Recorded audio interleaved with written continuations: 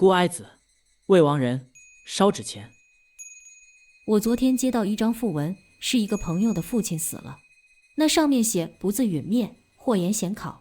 按着字面的意思，我倒明白，可是不知道那里面有什么深意，请您解说解说吧。这是说自己有罪该死，可是不死，却报应到了父亲的身上了。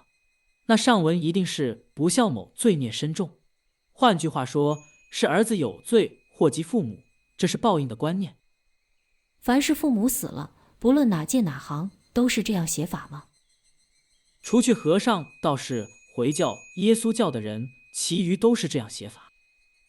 他们都明白这几句话的意思吗？有明白的，有不明白的，那叫课本的文章，不管有道理没有，所谓相习成风了。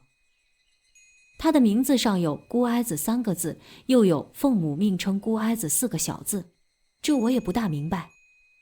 那是一种虚礼。双亲有一位在世的，不能称孤哀子，可是父亲死了，母亲还活着是不对了，所以命他的儿子称孤哀子，如同自己死了一样。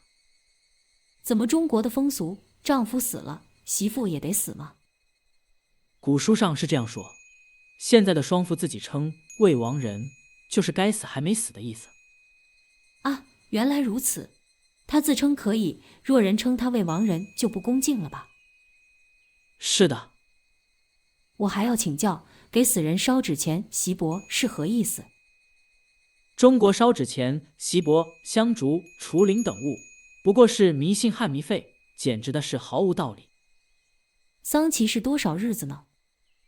丧期的长短不同，若是父母死了，是3年之丧。是谁定的？3年不太长吗？这是古礼，丧期的长短是看人情的厚薄，还有说3年其短的呢。孔子死了，门人子贡的丧期是6年。易经上说太古时代丧期无数，不过是几天吧。未亡人一语源自旧时中国礼教妻子为亡夫殉节训列的陋习。现今文明社会的丧葬礼仪，未亡人这种用语应该摒弃不用。